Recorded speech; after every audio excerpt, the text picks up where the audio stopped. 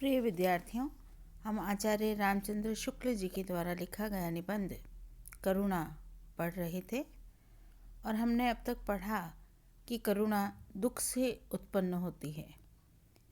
करुणा हमारे भीतर सात्विकता की ज्योति को जगाती है, यानी जब हम किसी को दुखी अवस्था में देखते हैं तो हम अपने पराये का भेद भूलकर उसकी सहायता करते हैं, उसके प्रति करुणा करते हैं, तो हमारे हृदय में एक सात्विकता का, स्वार्थ से परे निस्वार्थ सेवा का भाव जागृत होता है और यह करुणा का भाव मनुष्य को ऊपर उठाता है। करुणा हम अपने और पराये दोनों के प्रति करते हैं। अनजान व्यक्ति के दुख को देखकर हमारे हृदय में करुणा उत्पन्न होती है, लेकिन अपने जो प्रियजन हैं उनके दुख की आशंका मात्र से ही हमारे हृदय में करुणा उमड़ पड़ती है। तो शुक्ल जी ने इस प्रकार करुणा का प्रसार कब होता है और किस प्रकार से करुणा जागृत होती है उसके बारे में वो बता रहे हैं। शुक्ल जी ने ये भी कहा कि करुणा किसी असहाय जन को देखकर और उसके पीछे कोई कारण है, उस कारण को जान करके करुणा हमारे हृदय में उत्पन्न होती है। यदि कोई चरित्रवान व्यक्ति है और वह दुखी अवस्था में है तो हमारे हृदय में करुणा उत्पन्न होती है। लेकिन कोई बदमाश व्यक्ति है और वो असहाय है, वह भी दुखी अवस्था में है, तो उसके प्रति हमारे हृदय में करुणा का आवेग कम हो जाता है। तो इस प्रकार कारण करुणा के पीछे छुपा होता है। हम करुणा करते हैं तो कई बार उसके पीछे छुपे हुए कारण जो हैं वे भी हमें करुणा करने को प्रेरित करते हैं। करुणा अपना बीज अपने आलम्बन या पात्र में नहीं फेंकती है, अर्थात जिस पर करुणा की जाती है वह बदले में करुणा करने वाले के प्रति करुणा नहीं करता, जैसा कि क्रोध और प्रेम में होता है। तो शुक्ल जी का कहना है कि करुणा हम जिसके प्रति करते हैं बदले में हम करुणा नहीं मांगते। जब हम प्रेम करते हैं तो प्रेम प्राप्ति की आशा रखते हैं, क्रोध करते हैं तो शत्रुता, जो शत्रु है हमारा वह हमारे प्रति पुनः क्रोध करता है। लेकिन जब हम किसी के प्रति करुणा करते हैं तो उस करुणा जब हम किसी के प्रति करते हैं तो वह हमारे प्रति कृतज्ञ होता है या श्रद्धा का भाव रखता है। इस बात को उदाहरण से समझाते हुए वो कहते हैं कि बहुत से उपन्यासों में ये बात बताई गई है कि युवतियाँ दुष्ट के हाथों में पड़ जाती हैं और जब कोई उनका उद्धार करता है तो उद्धार करने वाले युवक के प्रेम में वे फंस गई हैं। कोमल भावों की योजना में दक्ष बांग्ला के उपन्यास लेखक करुणा और प्रीति के मेल से बहुत प्रभावोत्पादक दृश्य उत्पन्न करते हैं और यह हम सब देखते हैं नाटक में कि खलनायक जब किसी स्त्री को, नायिका को परेशान करता है तो नायक जब उसे आकर छुड़ाता है या उसकी सहायता करता है तो नायिका नायक के प्रति आकर्षित हो जाती है।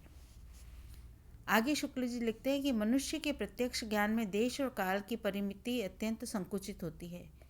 मनुष्य जिस वस्तु को जिस समय जिस स्थान पर देखता है उसी समय और उसी स्थान की अवस्था का उसे अनुभव होता है, पर स्मृति, अनुमान, दूसरों से प्राप्त ज्ञान के सहारे वह परिमिति को लांघता हुआ अपने देश काल की संबंधी सीमा का विस्तार करता है।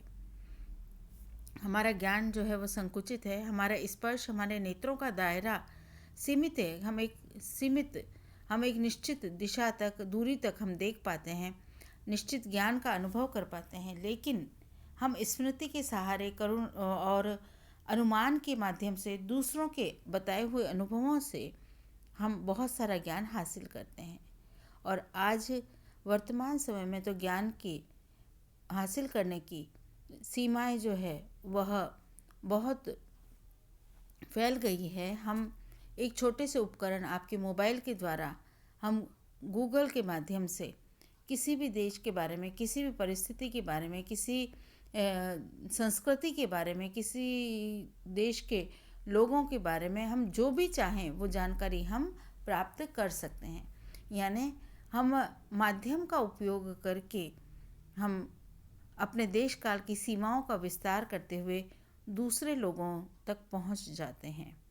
और कभी कभी इसका हमें बहुत अधिक फ़ायदा भी मिलता है, बहुत अधिक इसका सदुपयोग होता है कि जब कोई मुसीबत में गिरा हुआ हो या कहीं पर कोई बाढ़ या विपदा आई हो, तो हम सब लोग मिलजुल करके उस विपदा को हटाने का प्रयास करते हैं। और एक प्रकार से दुनिया के किसी भी कोने में कोई संकट हो तो उसकी जानकारी और उसका प्रभाव जो है उसको हम सब देखते हैं। उस घटना से हम सब जुड़ जाते हैं और जब संकट होता है तो हम उसमें सहायता करने को तत्पर होते हैं। यानी हमारी करुणा का विस्तार हमारे क्षेत्र से बढ़कर और आगे हो जाता है। शुक्ल जी आगे कहते हैं कि मनोविकार की उपयुक्तता कभी कभी विस्तार पर निर्भर रहती है। हम मार खाते हुए अपराधी के विलाप पर दया करते हैं, पर जब हम सुनते हैं कि वह बड़ा अपराध कर चुका है और आगे भी ऐसे ही अपराध करेगा, तो हमें अपनी दया अनुपयुक्त मालूम होती है। वे कहते हैं कि स्मृति अनुमान भावों के मनोविकारों में सहायक के रूप में आते हैं। विषय बनाकर वो उपस्थित होते हैं। कभी विषय के सामने आने पर पूर्वापर कार्य कारण संबंध रखने के कारण बहुत से विषय उपस्थित होते हैं और सब बहुत से विषय उपस्थित करते हैं, तो सब के सब एक ही भाव के विषय होते हैं और उस प्रत्यक्ष विषय से उत्पन्न भाव को तीव्र करते हैं। भिन्न भिन्न भावों को विषय होकर प्रत्यक्ष विषय है उत्पन्न भावों को परिवर्तित या धीमा करते हैं। इससे यह स्पष्ट है कि मनोवेगों या भावों को मंद या दूर करने वाली स्मृति, अनुमान या बुद्धि आदि कोई अंतःकरण वृत्ति नहीं है, मन का दूसरा भाव या वेग ही है। तो वे कहते हैं कि स्मृति, अनुमान जो है वो हमारे भावों को जागृत करने में सहायक होते हैं और यह मन की एक वेग है, आवेग है जो हमारे अंतःकरण के भावों को जागृत करती है। यह अंतःकरण की कोई वृत्ति नहीं है। मनुष्य की सजीवता मनोवेगों या प्रवृत्ति में भावों की तत्परता में है। मनुष्य सजीव है, मनुष्य सुख दुख का अनुभव कर रहा है, मनुष्य अपने भावों को अभिव्यक्त कर रहा है, अपने मनोवेगों को अभिव्यक्त कर रहा है। तो इसलिए शुक्ल जी कहते हैं कि मनुष्य की सजीवता, वह जीवित है, वह अपने मनोभावों को अपने भावों के तत्परता के माध्यम से, आवेग के माध्यम से प्रकट करता है। नीतिज्ञ और धार्मिकों का मनोविकारों को दूर करने का उपदेश घोर पाखंड है। इस विषय में कवियों का प्रयत्न सच्चा है। वो कहते हैं कि नियमों को बनाने वाले और धार्मिक लोग जो हैं वो मनोविकारों को दूर करने का उपदेश देते हैं, लेकिन कवि जो हैं वे सच्चे हैं कि वे मनोवेगों को, मनोभावों को प्रकट करते हैं। जो मनोविकारों पर सान ही नहीं चढ़ाते, उन्हें परिमार्जित करते हुए सृष्टि के पदार्थों के साथ उनके उपयुक्त संबंध निर्वाह पर जोर देते हैं। यदि मनोवेग न हो तो स्मृति, अनुमान, बुद्धि आदि के रहते भी मनुष्य बिल्कुल जड़ है। यदि हमारे पास भाव नहीं है तो अगर हमारे पास कितना भी ज्ञान हो, कितना भी अनुमान हो, कितनी ही बुद्धि हो, लेकिन भावनाओं के बिना वह सब व्यर्थ है, वह सब मशीन है। प्रचलित सभ्यता की और जीवन की कठिनता से मनुष्य अपने इन मनोवेगों के मारने और अशक्त करने पर विवश होता जाता है। इनका पूर्ण सच्चा निर्वाह उसके लिए कठिन होता जाता है और इस प्रकार उसके जीवन का स्वाद निकल जाता है। शुक्ल जी बता रहे हैं कि किस प्रकार से हमारे मन के जो भाव हैं, प्रेम, करुणा, दया, क्रोध, ये सारे भाव कब मरने लग जाते हैं। वो कहते हैं कि जब हमारे जीवन में कठिनाइयाँ और एक प्रकार से कहें कि दुरूहता बढ़ती जाती है, मशीनी जीवन होता जाता है, तो हमारे जो व्यवहार है और आवेग हैं वे उनको उपयुक्त अवसर प्राप्त नहीं होता। जब हम काम के बोझ में लदे रहते हैं तो निश्चित रूप से हम उत्साहपूर्वक, आनंदपूर्वक त्यौहार या जीवन को जीना भूल जाते हैं। तो कहते हैं इस प्रकार से मनुष्य के जीवन का स्वाद निकल जाता है। वन, नदी, पर्वत आदि को देख आनंदित होने के लिए अब उसके हृदय में उतनी जगह नहीं। दुराचार पर उसे क्रोध या होती है, पर झूठे शिष्टाचार से के अनुसार उसे दुराचारी की मुंह पर प्रशंसा करनी पड़ती है। अब हम प्रकृति के उतना निकट नहीं बैठते। हम कोई व्यक्ति हम उसे पसंद नहीं करते हैं तो भी हम शिष्टाचारवश उसकी प्रशंसा करने के लिए मजबूर हो जाते हैं।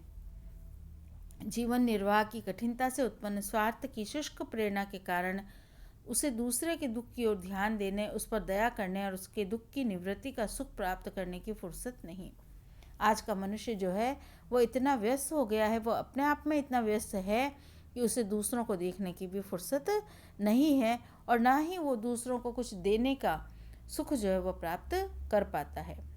इस प्रकार मनुष्य हृदय को दबाकर केवल क्रूर आवश्यकता और कृत्रिम नियमों के अनुसार ही चलने पर विवश कठपुतली सा जड़ होता जाता है। वो कहते हैं ऐसा जीवन जब हम जीते हैं तो निश्चित रूप से मनुष्य जो है कठपुतली की भांति हो जाता है, जो दिन भर काम करता है, पेट भरता है, लेकिन उसका जीवन, उसके भाव जो हैं वो जड़ होते चले जाते हैं, उसकी भावुकता का नाश होता है। पाखंडी लोग मनोवेगों का सच्चा निर्वाह न देख हताश होकर मुंह बनाकर कहने लगे हैं, करुणा छोड़ो, प्रेम छोड़ो, बस हाथ पैर हिलाओ, काम करो। लेकिन हम सब जानते हैं कि जीवन में यदि प्रेम ना हो, करुणा ना हो, जीवन में उत्साह और उल्लास ना हो तो जीवन हमको नीरस और निर्जीव मालूम होता है। यह ठीक है कि मनोवेग उत्पन्न होना और बात है और मनोवेगों के अनुसार व्यवहार करना और बात, पर अनुसारी परिणाम के निरंतर अभाव के मनोवेगों का अभ्यास भी घटने लगता है। तो वो कहते हैं कि मनुष्य के जीवन में मनोवेगों का होना आवश्यक है।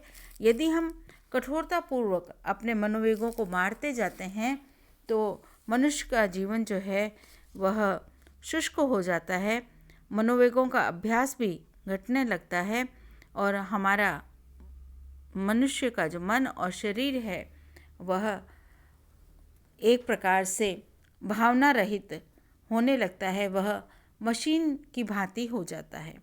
और इस प्रकार का जीवन जो है वो वर्तमान में जो भौतिक जीवन है हम उसको देख रहे हैं कि जहाँ व्यक्ति उल्लास के साथ अपनी भावनाओं को अभिव्यक्त कर नहीं पाता है, अपने क्रोध को अभिव्यक्त नहीं कर पाता है, अपने मन की आकांक्षाओं को अभिव्यक्त नहीं कर पाता है और इस प्रकार उसका सच्चा जीवन जीने का, प्रकृति के निकट, अपने स्वयं के निकट सच्चा जीवन जीने का अभ्यास जो है वह घटता जाता है। अगला हम कल पढ़ेंगे। धन्यवाद।